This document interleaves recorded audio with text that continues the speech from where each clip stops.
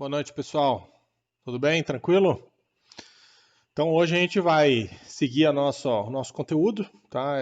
Terminamos de ver lá toda aquela parte de tensões, né, devido às tensões do peso próprio do solo, geostáticas, o efeito de capilaridade.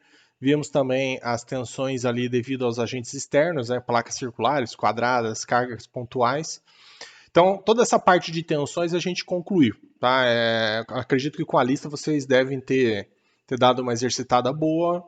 Se ficou alguma dúvida, né, pode entrar em contato com a gente. Eu vou dar uma olhada na lista que vocês me entregaram e a gente já vai seguir com o conteúdo agora. Então, todo esse segundo bimestre, a gente está vendo sobre comportamento de solo, né? O primeiro bimestre a gente estava entendendo formação de solo, características de solo, como caracterizar ele em laboratório e assim por diante. Então, nesse segundo bimestre, a gente só está vendo comportamento. Então, a primeira parte que a gente viu foi a parte de tensões, né? Então, como é que se comportam as tensões ali propagadas em profundidade no solo e que acabam causando um recalque, que é uma coisa problemática para a gente, para obras. E agora a gente vai para o próximo tópico, que é um tópico não menos importante do que a parte de tensões, que é o tópico sobre permeabilidade de solos. Tá? Esse é um tópico já meio que final da matéria, e normalmente no comecinho da matéria eu sempre explico para vocês lá, esse tópico aqui, geralmente a gente tem uma parte teórica um pouquinho mais maçante, um pouquinho mais chata, principalmente para situação de prova e tudo mais, que é bem, né, um exercício que se você não sabe a teoria, você não consegue resolver ele, tá?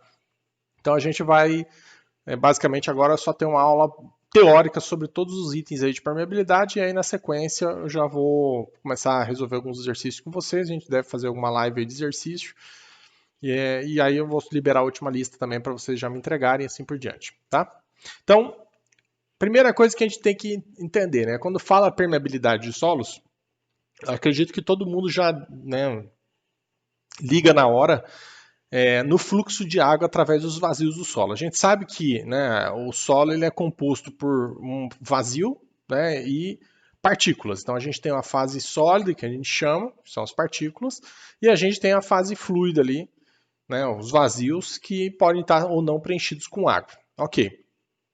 A gente sabe também que nos vazios do solo, a gente, né, essa água presente ali, por mais que o solo não esteja saturado completamente, mas essa água ela tem um papel fundamental ali no vazio ali, né, presente ali, que é ela que faz ter aquelas ligações fracas entre as partículas do solo, aumentando às vezes a resistência, dando coesão para o solo, temporária, né, e assim por diante. Então, a água é que garante esse equilíbrio hidrostático aí que a gente fala, né, e essa água ela flui de acordo com a ação da gravidade. Então, a gente sabe disso, né? Quando você tem um efeito de uma chuva, essa chuva penetra nos vazios do solo e com o tempo ela acaba se infiltrando e vai para as camadas mais profundas do nosso solo até entrar em contato com a rocha e começar a quebrar aquela minha rocha lá embaixo, lá, formando os solos, né? Em profundidade, solos mais jovens.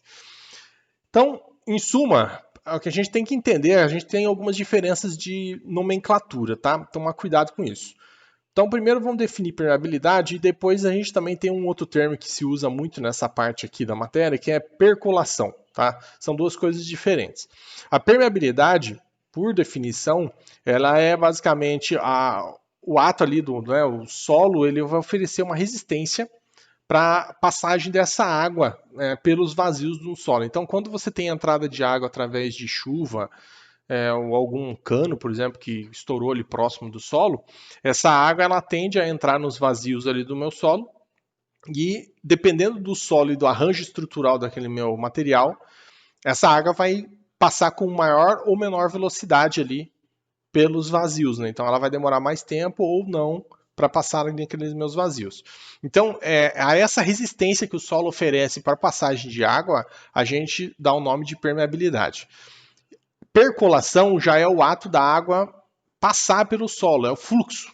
É o nome que se dá ao fluxo. Percolação não tem uma unidade de grandeza que representa isso. É o ato da água, né, atravessar ali, passar pelo meu solo. Já a permeabilidade não. Eu tenho uma grandeza numérica que eu consigo definir, determinar, que me indica se esse meu solo ele é mais permeável ou menos permeável. Ou seja, se passa água com mais facilidade por ele ou se a água tende a demorar muito para passar por esse solo. De antemão, assim, sem avançar nenhum conteúdo, não explicar ainda, acredito que vocês já conseguem, só de pensar nisso, e analisando, por exemplo, um solo arenoso e um solo argiloso, igual o nosso aqui de Cascavel, já imaginar qual é o solo que oferece mais resistência, quando você fala uma areia, por exemplo, e uma argila. Então, a gente sabe que assim, a argila, por ser com, né, grãos muito pequenos ali, a gente já estudou isso no primeiro bimestre, que o nosso solo ele é um solo muito poroso. Mas apesar dele ter muito poro, né, quase 60% de porosidade no nosso solo aqui em Cascavel, esses poros são extremamente pequenos, são vazios capilares. E esses vazios capilares é um espaço muito pequeno para as partículas de água passar. Então, a água ela tem muita dificuldade para passar por esses vazios dos solos argilosos, siltosos. E devido a isso, né, esses nossos solos, a gente fala, né, que esses solos são solos que oferecem grande resistência para passagem de água. A gente tem muita perda de carga, que a gente fala, que a gente vai ver adiante. Já um solo arenoso, não. Se você, né, a própria areia lá da praia, você lança um pouco de água na superfície, na sequência você já vê que aquela água já foi embora, por infiltração na maioria das vezes. Por quê? Porque como o grão ele é maior, os vazios entre os grãos também são maiores, então a água tem muito mais facilidade para escoar e ir embora. Tá? Então isso é o tipo de coisa que tem que ter já em mente, né? E a definição de permeabilidade extremamente importante para a gente entender os conceitos adiante. Tá? Então, ok. Então aqui já tem um resuminho do que a gente comentou agora de pouco, né? Então, solos grossos, né? Então as forças entre os grãos são de pequena intensidade, né? Porque os grãos são grãos grandes, então essa água não consegue ligar adequadamente os grãos ali, e a percolação ela ocorre de maneira muito mais, né, facilitada. Já nos solos finos, as forças na superfície dos grãos são de maior intensidade, então a gente tem, né, por exemplo, eu consigo fazer um talude no solo e esse talude ele permanece em pé ali, justamente porque a força da água ali, né, aquela intercepto coesivo que a gente fala, né, uma coesão que você tem entre os grãos do solo argiloso, faz com que o solo tenha uma resistência natural e eu consiga moldar ele, né? Por exemplo, tanto é que com solo argiloso a gente consegue fazer moldagens, né? E telhas, blocos cerâmicos, assim por diante, tá?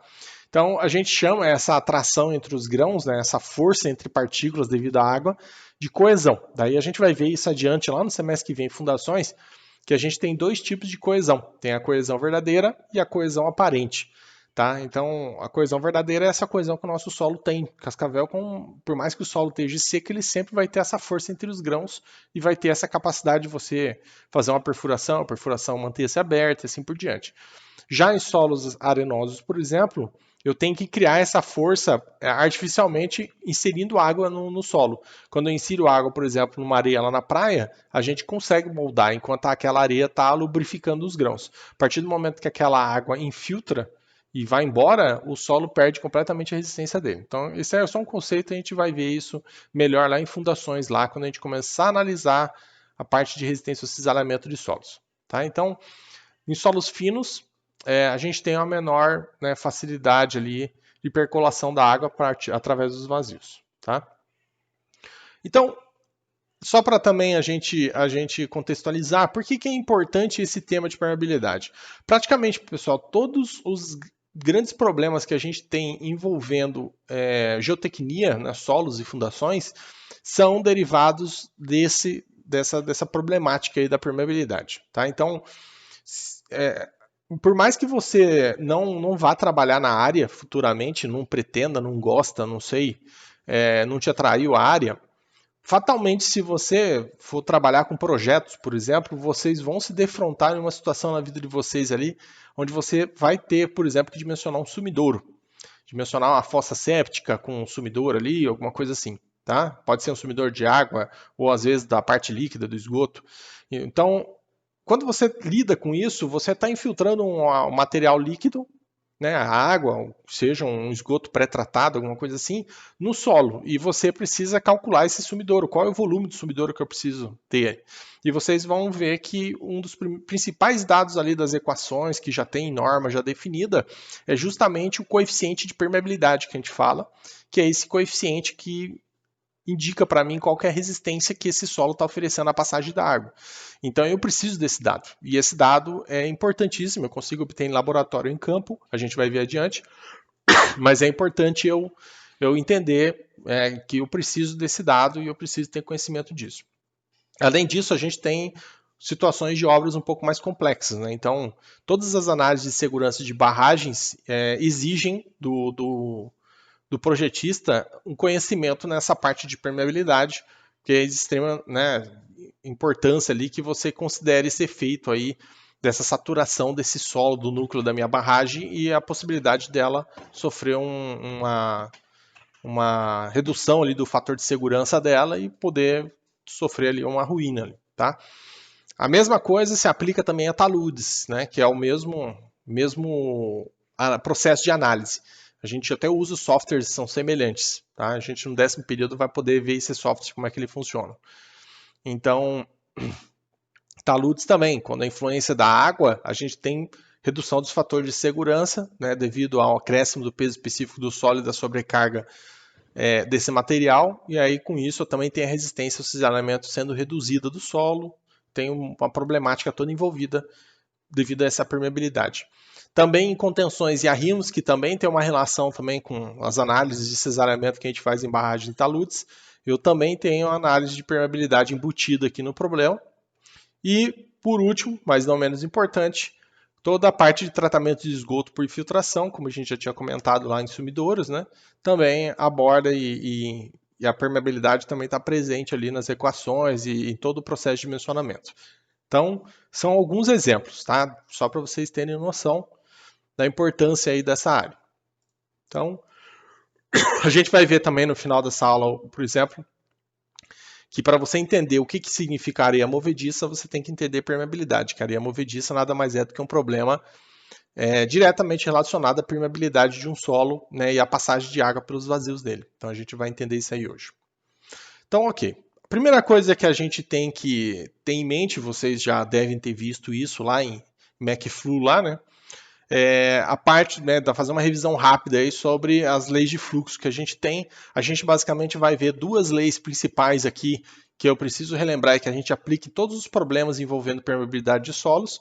Primeiro, a lei de Darcy, tá, que é a relação entre as vazões, a vazão ali que passa por um solo, né, é dado pela área de seção transversal por onde está ocorrendo esse fluxo, vezes um gradiente hidráulico, que é o Izinho aqui, vezes um coeficiente de permeabilidade do meu solo. Tá? Então, essa equação é fundamental. Todos os problemas que a gente vai ver aí, exercícios envolvendo permeabilidade de solos, sempre vocês vão ver que essa equação ela está ali sendo aplicada de uma maneira ou de outra. Tá? Então eu preciso ter noção dela, saber aplicar ela, e a gente vai fazer bastante exercício aí para não ter esse tipo de dúvida.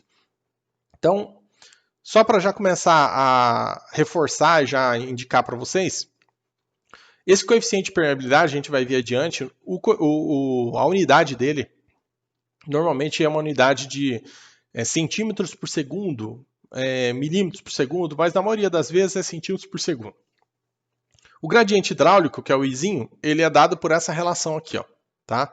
Então, é a relação entre a perda de carga pela espessura de solo ali, né, por onde eu estou tendo a percolação.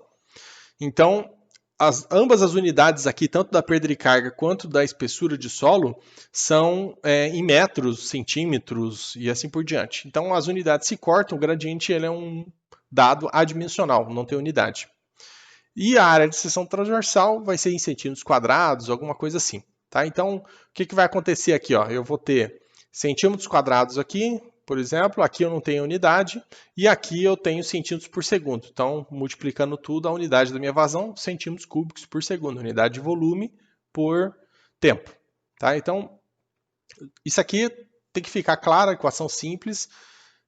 A gente também tem uma relação com velocidade, né? Lembrar que a vazão é volume por tempo, então eu posso substituir no lugar dessa vazão aqui na equação um valor aqui de volume dividido por tempo, por exemplo. Então, porque tem alguns exercícios que ele te dá um tempo e ele quer saber o volume de água que passa pelo solo, né, devido àquele tempo. Então, tenha em mente que esse Qzinho ele pode ser transformado ali em volume por tempo. Assim como também eu posso transformar essa vazão em velocidade, né, pela uma área que você está tendo fluxo ali. Então eu posso trabalhar também dessa maneira, tá? Então, só tomar cuidado com isso. Aqui, né, alguns valores típicos de coeficiente de permeabilidade, tá? Então, do K, né? Cada tipo de solo eu vou ter um valor de coeficiente de permeabilidade. Aqui são valores de referência, tá? Não são valores fixos 100%, né? Só tomar cuidado aqui, acabou tendo uma alteraçãozinha dos valores aqui, tá? Eu não acabei não editando, então eu vou deixar na pasta de vocês já corrigido. É 10 a menos 9 aqui os valores que as bibliografias apresentam. Os silts aqui variam entre 10 a menos 5, 10 a menos 6, até 10 a menos 9, tá? Então a faixa é bem grande de silt. A gente vê que essa faixa realmente ela deve ser grande mesmo. Se vocês relembrarem a curva granulométrica dos solos, vocês vão ver que a faixa de silt é uma das maiores faixas que a gente tem das curvas granulométricas. Então já justifica o porquê que eu tenho uma faixa tão grande aqui para silt.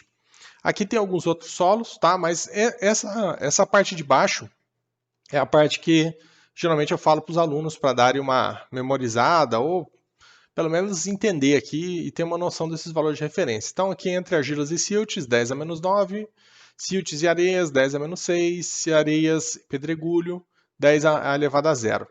Então aqui nessa faixa de areias está embutido aqui as três areias, né? Fina, média e grossa, tá? Por isso que eu tenho uma faixa bem grande aqui também, porque eu tenho as três parcelas de areias aqui nesse nível. Só para vocês terem uma noção, o nosso solo, que é uma argila siltosa, a gente tem uma grande quantidade de argila e uma média quantidade de silt ali, né? Somando dá 90 e poucos por cento os dois da composição do nosso solo.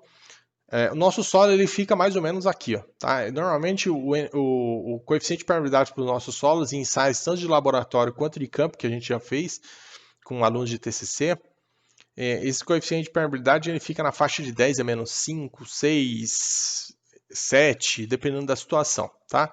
Depende da profundidade, assim por diante. Então, eu consigo comprovar que esses valores realmente são valores de referência, só que daí né, a gente tem aquele problema do solo argiloso nosso, que ele é um solo que tem agregações, né? Ele tem as partículas formando flocos, e isso altera a estrutura e a composição do meu material. Então, ele não reflete 100% que o solo é uma argila, porque tem um monte de grão de argila grudado, né, transformados em um floco maior. Então esse floco maior ele acaba dando uma impressão ali para o solo inicialmente que o solo tem um comportamento quase como se fosse areia. Então você vai ver lá em alguns solos argilosos, siltosos aí, né, daqui da região nossa, você vai fazer um ensaio de permeabilidade em campo, por exemplo, no laboratório, você obtém lá um valor de coeficiente de permeabilidade de 10 a elevado a menos 5. Aí você, né, já assusta, mas esse valor é um valor de referência para areia, mais ou menos. Mas daí você começa a entender, porque o nosso solo tem aqueles flocos, e esses flocos eles influenciam no comportamento do meu material e acabam distorcendo um pouco os resultados, tá? Então, só para deixar também explicado aí. Lembrar também a gente como é que eu vou definir esse coeficiente de permeabilidade, tá? Então, é importante vocês saberem, né? Botar na cabeça que eu tenho duas maneiras para definir coeficiente de permeabilidade, tá? Eu tenho os métodos chamados diretos e os indiretos, tá? Então, aqui eu tenho dois métodos indiretos que são bem difundidos em bibliografia, que é o método primeiro aqui do Hansen, né? A equação de Hansen. Então, o coeficiente de permeabilidade é dado pelo produto aqui desses dois fatores, tá? Aqui na frente aqui a definição deles, tá? Então, esses dados aqui, vocês podem consultar, por exemplo, o livro do curso básico de mecânica dos solos, do Carlos Souza Pinto. Ele apresenta essas equações lá e apresenta alguns valores de referência, assim por diante. O livro, por sinal, está na pasta da disciplina, está escaneado lá para vocês, dá para dar uma olhadinha rápida lá. Então aqui, essa equação, ela geralmente é válida para solos arenosos, com coeficiente de não uniformidade, aquele coeficiente que a gente obtém lá nas curvas granulométricas, inferiores a 5. Tá? Então, aquelas areias que são um pouquinho mais mal graduadas. Tá? Então, essa equação é válida para areias em geral. Então, não vai usar ela para argila, que provavelmente não vai dar certo. Tá? O diâmetro efetivo, lembrar que aquele D10 que a gente utilizava lá para definir o coeficiente de não uniformidade e assim por diante, então é justamente por isso que a gente não aplica para o solo argiloso, porque esse dado aqui é um dado extremamente pequeno para o nosso solo. E a gente também tem uma equação de Taylor, em 1948, que relaciona também várias variáveis, é uma equação um pouco mais complexa, que é o coeficiente de forma, diâmetro equivalente dos grãos, que daí tem uma metodologia para você definir isso aqui, o índice de vazios do solo, que a gente já aprendeu a definir, peso específico da água e a viscosidade do fluido. Tá? Então é um pouquinho mais complicado, a gente não vai ficar utilizando esses métodos aqui, é só mesmo para explicar que existem eles, e a gente tem muita pesquisa sendo feita, indicando, mostrando e testando essas equações para ver a proximidade que ela dá, mas daí você tem que ter um material mais granular para poder aplicar elas. Tá? Aí a gente tem os métodos chamados diretos, que são os ensaios, né? É aqueles ensaios que você vai estar fazendo tanto em campo ou em laboratório, tá? Então a gente vai ver aqui, inicialmente, os ensaios de laboratório. A gente tem 2 ensaios de laboratório possíveis de serem utilizados. Os ensaios com permeâmetros de carga constante e os ensaios com permeâmetros de carga variável, tá? Quando que eu vou usar um, quando que eu vou usar o outro? Quando eu estou trabalhando com solos mais finos ou solos granulares, tá? Então, carga constante é aquele permeâmetro, a gente vai ver adiante ali uma foto, que como eu estou trabalhando com solo arenoso, esse solo ele tende a deixar a água passar com muita facilidade. Então, eu mantenho carga, ou seja, eu vou alimentando o sistema com água o tempo inteiro. Então, por isso que a gente chama de carga constante. Então, você deixa a água fluindo o tempo inteiro, liga um cronômetro e cronometra o tempo ali que aquela água demorou para passar ali, o volume de água que foi passando ali naquele tempo ali que você está cronometrando. Já a carga variável, você não alimenta o permeâmetro, né? O permeâmetro é o nome que se dá um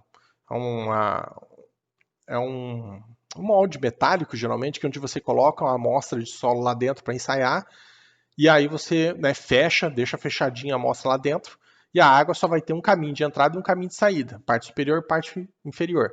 Então a água obrigatoriamente vai ter que passar pelo solo. Então aí você fazendo isso, você consegue ensaiar o solo adequadamente e verificar as características dele. Tá? Então o cálculo de vazão vai, tanto pelo um método quanto pelo outro, vai se dar pelo mesmo método lá, que é o método Darcy. Tá? Então aqui eu tenho todo o esquema prático do ensaio de carga constante. Aqui seria um permeâmetro. Esse permeâmetro, eu vou alojar minha amostra dentro dele, uma amostra que pode ser deformada ou indeformada.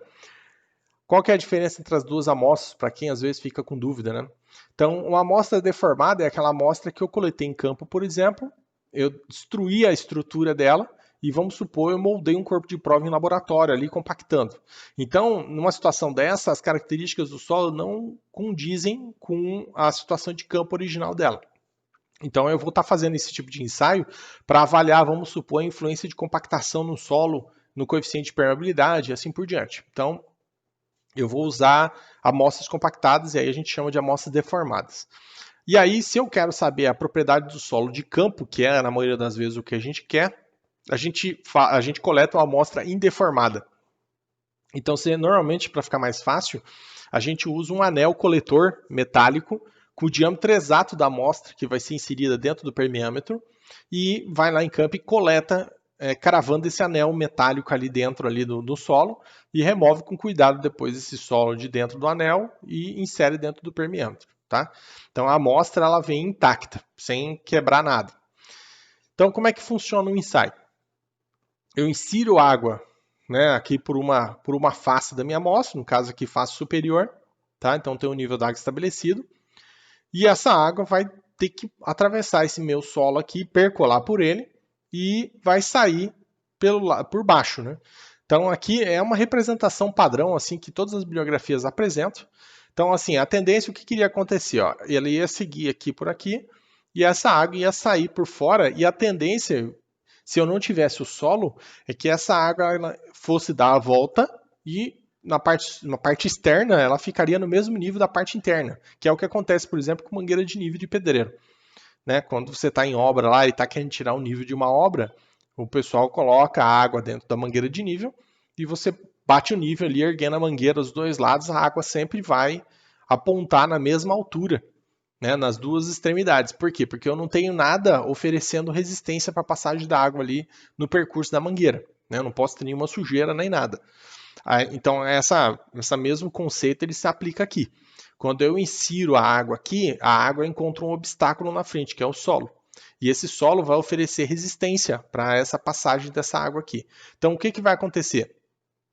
Como essa água vai perder muita energia passando aqui por esse solo, ela não vai ter energia suficiente para voltar lá no nível original dela e chegar lá no nível de cima. Então você cria como se fosse um desnível de água, de entrada e de saída, tá? Então é esse desnível de altura de água que eu tenho entre entrada e saída, a gente dá o nome de perda de carga, tá? Então esse Hzinho que está aqui, ó, é a perda de carga que eu tenho, né, devido à passagem da água por esse solo aqui. Se não fosse por esse solo, esse nível da água que está aqui embaixo, ele estaria aqui. Esse ensaio ele é um ensaio bem simples, eu mantenho a alimentação aberta aqui durante todo o ensaio, ligo um cronômetro e espero lá um certo tempo, por exemplo, 10 minutos. Depois de 10 minutos, o que vai acontecer? Você vai aplicar a fórmula do Hazen-Willis. Então aqui, ó, a vazão igual, né, volume sobre tempo é igual a coeficiente de permeabilidade vezes o gradiente hidráulico vezes a área de seção transversal. Então a área de seção transversal aqui da amostra eu não estou vendo, mas é aquela, né, o fluxo está vindo de cima para baixo aqui, ó, é a área de seção transversal da minha amostra, comprimento vezes a largura dela aqui, tá? O L, que seria a altura do meu corpo de prova, é a espessura de solo por onde está ocorrendo a percolação. Se vocês olharem o gradiente, lembra que o gradiente a gente falou agora de pouco? Que L era a relação do ΔH sobre L? Então, o que foi feito aqui na equação aqui, ó, é que no lugar desse gradiente hidráulico foi substituído por ΔH, que no caso aqui é o Hzinho, essa alturinha aqui, dividido por L, tá? Dividido por L, o L é a espessura da camada de solo que eu tenho aqui. Então o L está aqui na equação. Aqui já é a equação já com os produtos feitos aqui em cruz já, né? Então o que ele fez? Ele isolou o K aqui da equação, passou o ΔH multiplicando embaixo aqui, o L multiplicando em cima do outro lado do igual e a área de seção transversal vem para baixo aqui também, multiplicando os fatores aqui. Então a equação final eu consigo definir o coeficiente de permeabilidade por essa equaçãozinha que vem da equação do Darcy. Tá? Então o coeficiente de permeabilidade vai ser igual ao volume de água que passou naquele tempo que eu liguei o cronômetro. Então você vai analisar qual que é o volume de água que foi inserido aqui dentro, por exemplo, né? Faz uma medição de vazão na torneira antes. A espessura de solo que eu estou inserindo aqui no sistema, a área de seção transversal desse meu corpo de prova, a perda de carga que ocorreu, a diferença de nível, né, entre a entrada e a saída, e o tempo que o cronômetro ficou ligado ali durante o meu ensaio. Então é um ensaio que, né, não é complicado de ser feito, né, alguns alunos já até fizeram TCC nessa área comigo já, tem um aluno até que está trabalhando com isso no laboratório atualmente. Então é um ensaio bem tranquilo e a gente pode fazer vários tipos de análise, né, vamos supor, fazer um ensaio de permeabilidade adicionando cimento, cal, adicionando borracha picada, por exemplo, igual essa aluna está fazendo.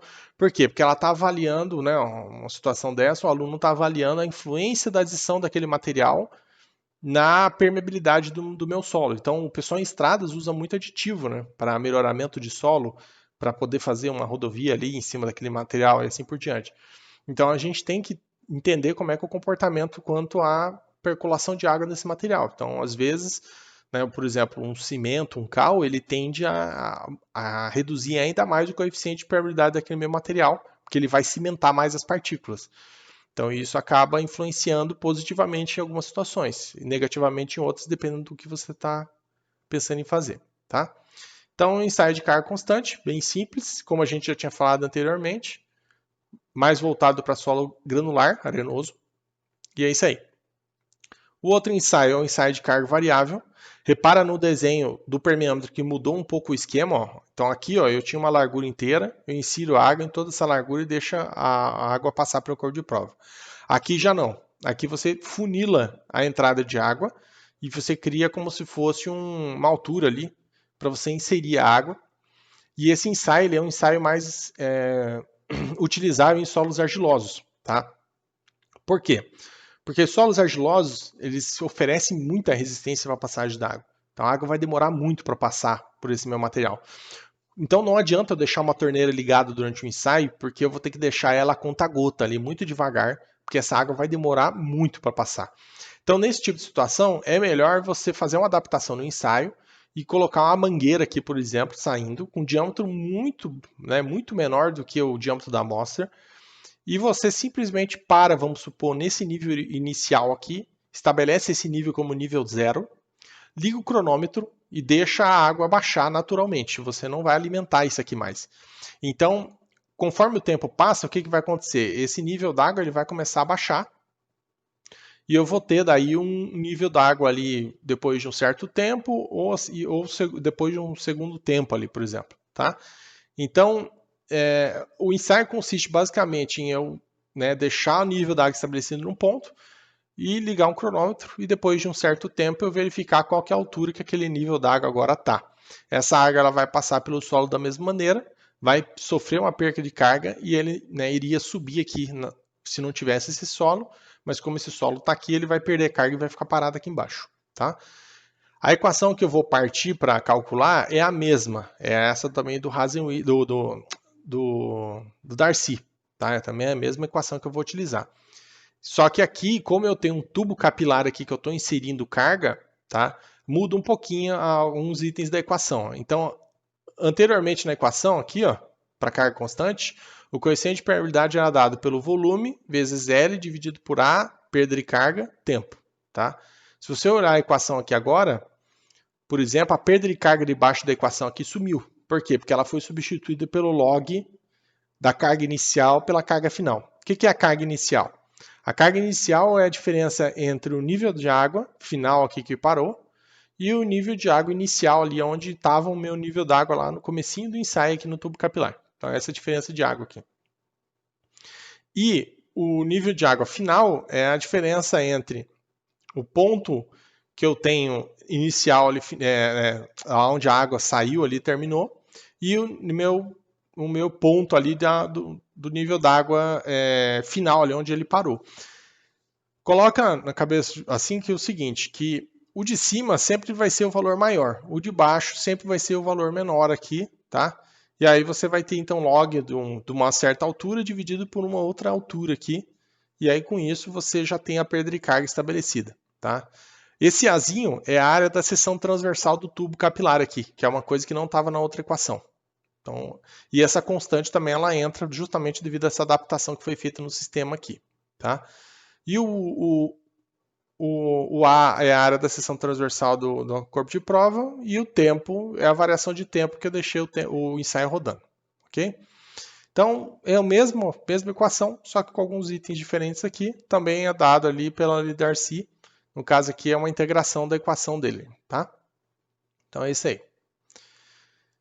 A gente tem algumas coisas que influenciam o fator no coeficiente de permeabilidade de um solo, né, ele ser maior ou ser menor em um dado material. Relacionei alguns aqui que toda bibliografia sempre apresenta, tá? Um dos itens que influencia o coeficiente de permeabilidade ser maior ou menor é a temperatura que você está ali, né, do fluido.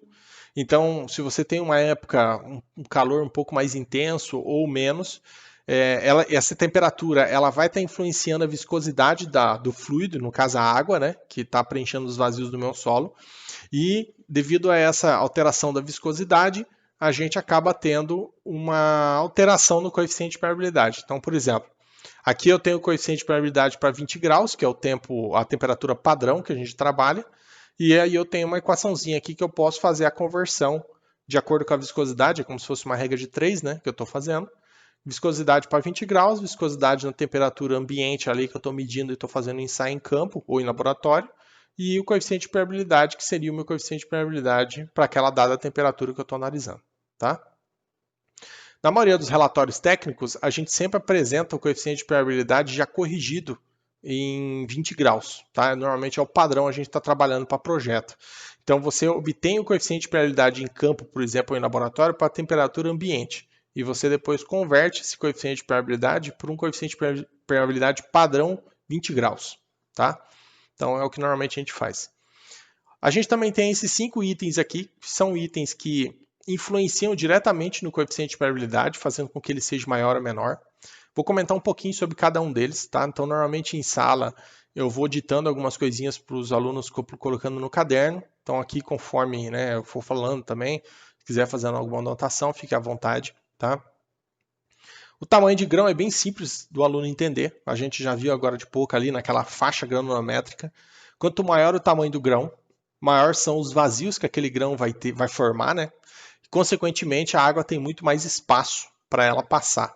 Então a tendência é que quanto maior o coeficiente, maior o tamanho do grão, maior vai ser o coeficiente de permeabilidade. Então lembrar que quando a gente fala que o coeficiente de permeabilidade é maior, significa que a água tem menos resistência, então ela passa com mais rapidez ali por aqueles vazios do meu solo, tá? Então se quiser colocar em função, por exemplo, de flechinha, vocês podem colocar lá, quanto maior o diâmetro da partícula, maior é o valor do K, tá? Consequentemente, mais rápido a água vai passar. Já a estrutura de solo, quando a gente fala em estrutura de solo, já pensa, por exemplo, em índice de vazios, que é um dos índices mais interessantes ali para você analisar a estrutura, tá? Se eu tiver dois solos, vamos supor areia, que é um pouco mais fácil de visualizar ali. Uma areia fofa e uma areia compacta, ou seja, os grãos estão mais próximos uns dos outros, um eu tenho um índice de vazios bem alto e o outro já tem um índice de vazios menor. Qual dos dois vai me apresentar um coeficiente de permeabilidade, por exemplo, maior, que a água passa com mais rapidez? Com certeza vai ser na areia fofa. Que a areia fofa tem vazios maiores, porque né, os grãos estão mais dispersos, é uma areia fofa, né, o nome já diz, e consequentemente essa água vai passar com muito mais facilidade pela areia fofa, representando né, que o coeficiente de permeabilidade vai ter um valor maior. Então, se quiser colocar na estrutura do solo, pode colocar lá que quanto maior o índice de vazios, que é o Ezinho, maior vai ser o coeficiente de permeabilidade K. Tá? Então seria areia fofa, coeficiente de K maior valor numérico. Uma areia compacta, por exemplo, eu tenho um coeficiente de K bem pequeno, bem menor. Tá? Aí eu tenho o terceiro fator também influencia, aqui é só para começar a relacionar as coisas, né? Compactação do solo. Como é que a compactação influencia no solo? Né? Quando você compacta o solo, o que você está fazendo com ele? Eu estou reduzindo os vazios dele. Se a compactação reduz os vazios, é só você fazer relação direta com a estrutura, né? Compactação, né? Eu tenho muita compactação no meu material, o coeficiente de permeabilidade tende a reduzir, porque o índice de vazios reduziu também. Tá? Então, bem simples também de entender. Já a rugosidade dos grãos também não é complicado de entender. Você tem que pensar o seguinte: se eu tiver dois grãos de areia, né, dois materiais ali com grãos de areia semelhantes, só que um grão em um material aqui, em um solo, é mais redondinho devido aos processos intempéricos ali. E em um outro solo arenoso também, com a areia parecida, a diferença só é que ela é mais rugosa, ela não é redondinha. O que vai acontecer? A água, quando estiver passando, como esse grão aqui ele é mais rugoso, a água vai sofrer, ela vai perder mais energia ali para poder passar por esses grãos, porque os grãos têm arestas vivas, são grãos mais rugosos. Então a rugosidade ela afeta também a permeabilidade. Quanto mais rugoso for o grão, menor tende a ser o coeficiente de permeabilidade. Tá? Então, quanto mais rugoso, mais carga se perde no processo, ou seja, menor é o coeficiente de permeabilidade, ou seja, mais lenta a água vai passar pelo meu material. Tá? E o último, esse aqui é o que mais confunde um pouco os alunos, que é a saturação do solo. Como é que funciona? Então pensa dois solos idênticos, tudo igual. Um solo eu estou com os vazios completamente sem água, e um outro solo eu tenho água ali, completamente saturado de água. Qual das duas situações que eu vou ter um coeficiente de permeabilidade, por exemplo, maior ou menor? Tá? Então, aqui é o seguinte, você tem que pensar da seguinte maneira: se eu tenho um solo que os vazios já estão completamente cheios de água, o único trabalho que a água vai ter nesse caso aqui é empurrar aquela água que já está existente ali nos vazios e fazer o fluxo se estabelecer. Tá? Agora, esse solo aqui que está vazio, a água vai ter que primeiro preencher todos os vazios para depois ela seguir o percurso dela. Tá? Então, a tendência é que solos saturados tenham um coeficiente de permeabilidades maiores. E já aqueles solos que estão não saturados, a tendência é que o coeficiente de permeabilidade deles sejam menores. Se tiver alguma dúvida quanto a isso aqui, lá no livro do Carlos de Souza Pinto, que está na pasta de livros lá, tem também uma explicaçãozinha, a parte textual de todos esses itens aqui. Vale a pena dar uma olhadinha caso tenha alguma dúvida. Aí a gente entra na reta final aqui da parte teórica inicial de permeabilidade, que é a lei de Bernoulli. A gente vai utilizar ela bastante, vocês devem ter utilizado isso aqui lá em mecânica dos fluidos, vão utilizar isso também, devem estar utilizando às vezes para situações de cálculos de incêndio, se vocês já estiverem fazendo, em instalações hidráulicas. É uma equação que a gente usa muito para a situação de fluxo de água ali. Tá? Então, nesse caso aqui, como é que funciona? Para solos, a gente considera que o fluido é incompressível, ou seja, ele não se deforma, e o escoamento ele é permanente, velocidade considerada constante ali de fluxo durante todo o percurso. A gente sabe que, né, pelo princípio de conservação de energia lá de Bernoulli, a gente, em qualquer ponto que você estiver analisando as energias que estão atuando ali no sistema, eu sempre tenho um somatório de 3 energias. Os livros de geotecnia geralmente apresentam com essas nomenclaturas. Então, vocês podem encontrar com nomenclaturas levemente alteradas aí de acordo com um livro ou outro, tá? Mas assim eu acho que fica mais fácil. A gente tem a primeira parcela aqui, que seria a energia pesométrica, que a gente fala, tá? Carga pesométrica também poderia ser chamada. A gente tem a segunda parcela, que seria a carga cinética, tá? Que é relacionada com a velocidade do fluido ali dentro do solo, por exemplo. E a terceira e última parcela aqui de carga, que seria a carga altimétrica, ou também chamada carga potenciométrica, que seja, tá? Então é relacionado à carga potencial, né, que eu tenho do meu fluido ali com relação a um ponto de referência. Nessa parte aqui, normalmente com os alunos em sala de aula, eu gosto também de ditar a definição de cada uma dessas cargas para que não haja dúvida, tá? Mais adiante ali na resolução dos exercícios e assim por diante, tá? Eu vou então definir cada uma dessas cargas aqui, qualquer coisa anota no caderno, que é bem interessante vocês saberem certinho como é que funciona cada uma dessas cargas. Depois, quando for fazer exercício, vai ficar um pouco mais simples. Primeira coisa que tem que ter em mente é o seguinte: eu vou começar pela carga cinética, tá? Por quê? Porque a carga cinética para solo é a menos importante. A gente mesmo já, né, colocou escrito aqui, ó, que o escoamento é considerado permanente, tá? E para simplificar as análises, é considerado que a velocidade do líquido, né, através dos solos, apresenta velocidade constante, aproximadamente.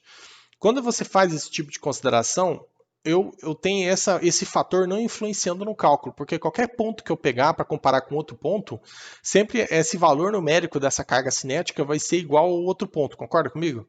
Então, ele é um ponto, é uma energia que para mim não interfere no sistema. Então, eu simplesmente corto ela e nem analiso ela, tá?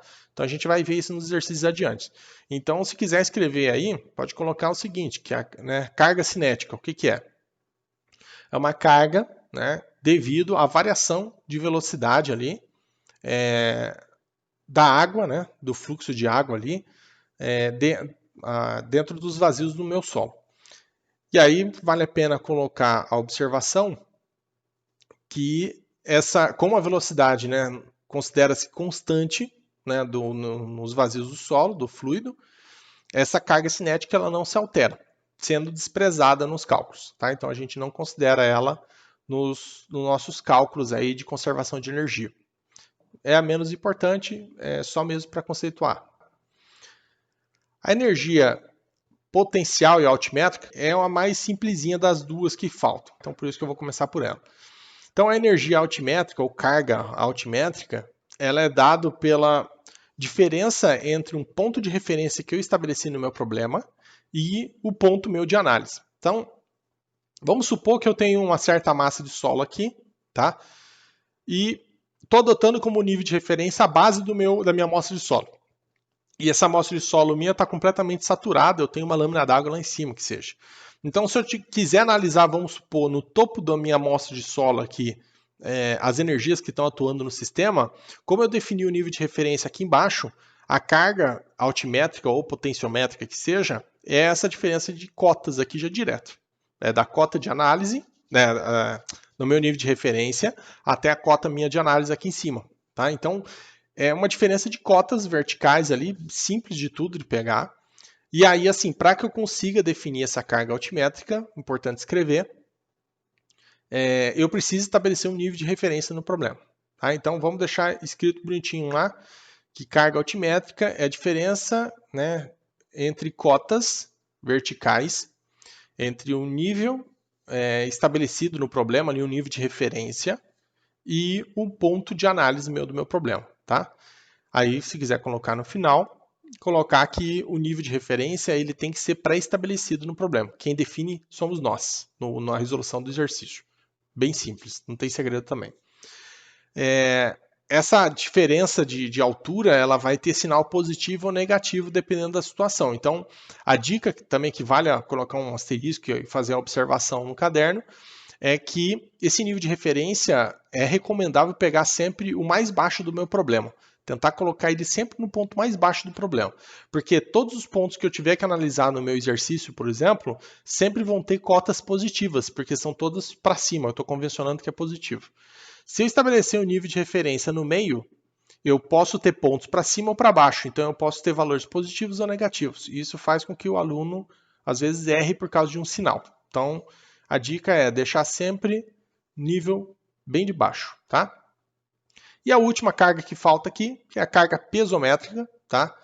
Essa carga pesométrica, ela é uma carga que relaciona a pressão neutra. Você lembra aquele mizinho que a gente viu lá em tensões, que era o peso específico da água, né, vezes a altura de coluna d'água? Então é a carga é a pressão neutra, né, dividido pelo peso específico da água, tá? Então é uma relação entre essas duas variáveis. Isso aqui é importante a gente saber, porque a gente tem alguns exercícios que a gente precisa ter esse conhecimento dessa relação matemática aqui, tá? Se você pegar essa pressão neutra, você sabe que é peso específico da água vezes a altura de coluna d'água. Você vai ver que você corta os dois pesos específicos, vai te resultar em uma altura de coluna d'água. Então, por definição, vamos colocar ainda no caderno, o que é a carga pesométrica? A carga pesométrica é a altura de coluna d'água acima do ponto meu de análise. Simples assim, tá? Então, só colocar lá. É a altura de coluna d'água acima do ponto, né, acima do nível de referência do meu ponto de análise. Então eu vou ter um ponto de análise estabelecido no problema, vou ver quantos metros de coluna d'água que eu tenho acima desse ponto, problema resolvido, tá? Eu já tenho qual que é a carga pesométrica. Aí cabe uma última observação para a gente finalizar isso aqui, tá? É importante colocar lá o seguinte, que a altura, né, que eu tenho entre o meu ponto de análise e o nível de água lá em cima, ele é válido dessa maneira que a gente está escrevendo aí, desde que eu não tenha solo, né, desse meu ponto de análise aqui que eu estou analisando e o nível d'água que está lá em cima, eu não posso ter solo nesse percurso aqui, eu só posso ter água. Se eu tiver solo nesse percurso aqui, eu vou ter que analisar de uma outra maneira que em exercício fica mais fácil para explicar na sequência. A gente, né, já comentou lá que a velocidade é praticamente desprezível, a variação de velocidade que ocorre de fluxo, né, e a velocidade é bem lenta dos fluidos ali no solo. E a energia cinética, devido a isso, ela é considerada desprezível, a gente não considera no cálculo. Então, essa equação toda que eu tinha aqui antes, ó, analisando dois pontos, ó, ponto 1, 3 energias somadas, ponto 2, 3 energias somadas, se resume a isso aqui na prática. Então, se eu não tenho fluxo ocorrendo em um solo, né, eu não tenho solo no meio do percurso ali, eu só tenho água, vamos supor, por exemplo, a mangueira de nível, se eu pegar qualquer dois pontos na minha mangueira de nível para analisar, eu sempre vou ter o somatório desses dois pontos e os valores numéricos dessas duas cargas, que é a carga altimétrica e a carga pesométrica, vão ser iguais nos dois pontos que eu pegar ali na minha mangueira de nível. Já quando eu tenho um solo no meio do percurso, eu vou ter uma perda de carga que a gente fala. Então é esse último item aqui, ó. Quando você tem percolação de água através de solos, tá? Como o solo oferece a resistência à passagem da água, a gente tem o que a gente chama, né, de perda de carga, tá? Então, todas as cargas que estão no meu primeiro ponto antes de passar no solo vão ser iguais às cargas altimétrica e pesométrica num segundo ponto, após passar no meu solo, mais a perda de carga, tá? Então, só para ficar mais clara aqui a explicação, imagine esse exemplo aqui, ó, tá? Se eu pegar dois pontos aqui, vou pegar um ponto aqui, e vou pegar um outro ponto aqui, tá? O que vai acontecer aqui? Esse ponto inicial eu tenho uma carga altimétrica e tenho uma carga pesométrica, tá? Vamos imaginar que o meu nível de referência que eu vou estabelecer no meu problema, eu vou colocar aqui em cima desse ponto aqui, ó, desse ponto 2 aqui. Então, se eu coloquei um nível de referência nesse ponto, tá? Esse primeiro ponto que eu estou analisando aqui, que é o ponto da entrada aqui, a carga altimétrica dele vai ser esse próprio valor L, né? Porque a carga altimétrica que a gente já tinha falado é a altura que eu tenho do nível de referência até o meu ponto de análise. E a carga pesométrica é a altura de água que eu tenho acima desse ponto, que então é daqui até aqui em cima, aqui, ó, tá? É toda essa altura aqui. Já no segundo ponto, o que vai acontecer? Nesse segundo ponto, eu vou ter uma carga altimétrica, que como é no mesmo nível de referência aqui, vai ser 0. Eu vou ter uma carga pesométrica também, que aqui como eu tenho solo aqui em cima, então repara que agora mudou. Esse segundo ponto, eu tenho o nível d'água lá em cima, então eu iria pegar essa altura para falar que é carga pesométrica, mas como eu tenho solo aqui, eu não posso fazer isso. Então, para achar essa carga pesométrica, a gente vai ver na próxima aula, eu fazendo uma tabelinha por eliminação eu consigo achar ela, tá? E aí o que acontece? A carga desses dois pontos, ela vai ser igual, né? Só que qual que é a relação entre as duas numericamente? É essa perda de carga que está aqui, ó. Então, a somatória das duas cargas desse ponto vai ser igual ao somatório das duas cargas desse ponto, mais essa perda de carga aqui que eu tenho, que é aquela carga que se perde devido à passagem pelo solo. Então, essa equação aqui, ó, ela está dizendo isso para mim. Tá? Somatório das duas cargas do primeiro ponto é igual ao somatório das duas cargas do segundo ponto, mais a perda de carga que ocorreu devido à passagem pelo solo. Beleza? Então, essa aqui é a parte teórica, né, inicial. Aqui está um diagrama aqui mostrando esse conceito que a gente acabou de falar. Ó. Então, ó, primeiro ponto, as duas cargas, pesométrica e carga total. Segundo ponto, as duas cargas também, pesométrica e total, mais a perda de carga. Tá? Então, essa primeira parte da matéria é uma parte um pouquinho mais teórica. Tá? Eu vou parar por aqui para não dar uma pesada na aula, e até por causa do tempo também de aula já. E aí eu vou soltar um segundo vídeo aí já para vocês com alguns outros conceitos e aí uma aplicação um pouco mais prática com uns exemplos numéricos aí para vocês começarem a entender como é que funciona essas variações de carga, fluxo de água a partir em solos ali, como é que eu calculo essa perda de carga e assim por diante. Tá bom? Pessoal, então é isso aí. Uma ótima semana para vocês. Eu devo lançar o outro vídeo até o final da semana, né, já para vocês, para adiantar o conteúdo, tá? Para vocês já conseguirem fazendo exercícios aí no final de semana, quem quiser, e já ir adiantando já as listas e assim por diante, tá? Um abraço, ótima noite para todo mundo. Até mais.